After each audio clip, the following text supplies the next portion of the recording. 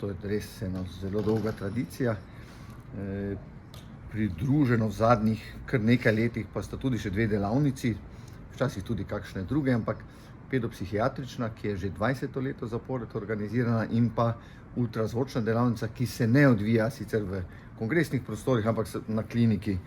Je pa od nekdaj bilo tako, da v bistvu zdravnik brez medicinske sestre ne more funkcionirati, prav tako pa medicinska sestra zelo redko lahko karkoli opravi brez zdravnika. V bistvu delo je timsko in tako bo tudi ostalo.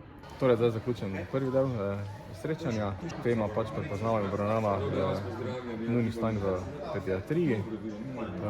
Jaz mislim, da je bilo koristno, predvsem recimo novosti, mislim, prvo predvsem je bilo ugrizi strupenih kač, da vidimo, sploh kateri strupi učinkujejo pri katerih ugrizih, pa kak imamo na razpolago, pa v klinični sliki. Tako leto prije kak otrok, predvsem po ugrizih modrasa, ampak na srečo ni bil noben z nekim hudimi zapleti, so pa dobili protistrupja.